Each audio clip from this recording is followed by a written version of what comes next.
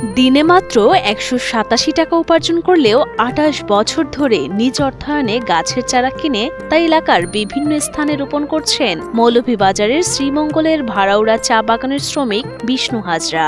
দৈনন্দিন কাজের ফাঁকে সময় পেলেই বাইসাইকেলের পেছনে চারা ও রোপণের সরঞ্জাম নিয়ে ছোটেন বৃক্ষপ্রেমী বিষ্ণু হাজরা। উনি প্রায় ২৮ বছর ধরে অনেক জায়গায় গাছ লাগিয়েছে, মন্দির, মসজিদ, বিভিন্ন স্কুলের মাঠে। চা বাগানে কাজ করার পরও যে উনি যে নিজের টাকা দিয়ে, যে নিজের অর্থ দিয়ে প্রত্যেকটি জায়গায় গাছ লাগিয়েছেন, এটাকে অনেক অনেক ধন্যবাদ ওনাকে দেওয়া যায়। বিষ্ণু জানান, চা শ্রমিক পরিবারে জন্ম তার। ছোটবেলা থেকে শত প্রতিকূলতা উপেক্ষা করে বেছে নিয়েছেন পরিবেশ রক্ষার কাজ।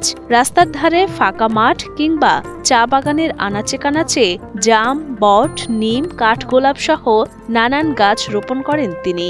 ভাড়াউড়া চা বাগানের মন্দির প্রাঙ্গণে কয়েকজন তরুণকে সঙ্গে নিয়ে চারা রোপণ করতেও দেখা যায় তাকে। আমার পিতা ছিলেন একজন চা শ্রমিক, খুব কাছ থেকে দারিদ্রতা দেখেছি। ইচ্ছে থাকা সত্ত্বেও আমি আমার চাহিদার কথা মুখ খুলে বলতে পারি নাই। তাই আমি চিন্তা করলাম, একটা গাছের মূল্য যদি ৫,০০০ টাকা হয় তাহলে ২০টা গাছের মূল্য কত আসে? প্রায় ১ লক্ষ টাকা।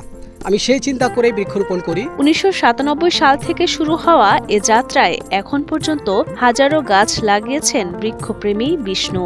স্বজন বা এলাকার কোনো আচার অনুষ্ঠানে উপহার দেন গাছের চারা। ১৯৯৭ সালে তখন আমি কবিগুরু রবীন্দ্রনাথ ঠাকুরের বৃক্ষ কবিতাটি পড়ি। সেখানে বৃক্ষের যে উপকারিতা, মানে ওইটা পড়ার পর বুঝতে পারলাম যে বৃক্ষের যে ঋণ আমরা সেটা পরিশোধ করতে পারবো না কখনো। সেখান থেকে আমার বৃক্ষরোপণে উৎসাহিত, আমি অনুপ্রাণিত হলাম। সেই থেকে আমি বিভিন্ন জন্মদিন, মৃত্যুবার্ষিকী, কোনো অন্নপ্রাশন, যে কোনো অনুষ্ঠানে আমি একটি হলো গাছ উপহার দেই। পত্রিকার হকার হিসেবে কাজ করার সময় থেকেই পরিবেশ বিষয়ক লেখায় গভীর আগ্রহী হয়ে ওঠেন তিনি।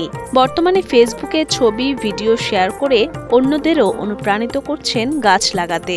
আবাসযোগ্য পৃথিবী গড়ে তুলতে হলে বৃক্ষায়নের কোনো বিকল্প নেই। আসুন আমরা সবাই মিলে গাছ লাগাই, তাপদাহ, অনাবৃষ্টি, খরা, বজ্রপাত, ভূমিধসের হাত থেকে পরিবেশ ও মানুষের জীবন বাঁচাই। এ কাজে বিষ্ণুর পাশে দাঁড়িয়েছে স্থানীয় এক উন্নয়ন সংস্থা। ৫ বছর ধরে তাকে চারা কিনে দিয়ে সহযোগিতা করছে সংস্থাটি। অশোক রঞ্জন পাল, ওনার নির্দেশনায় বিষ্ণুদার সাথে প্রায় ৪-৫ বছর ধরে আমরা গাছ বিতরণ করে আসছি। এই ২ মাসে আমরা অন্ততপক্ষে ৫,০০০ গাছ দিয়েছি।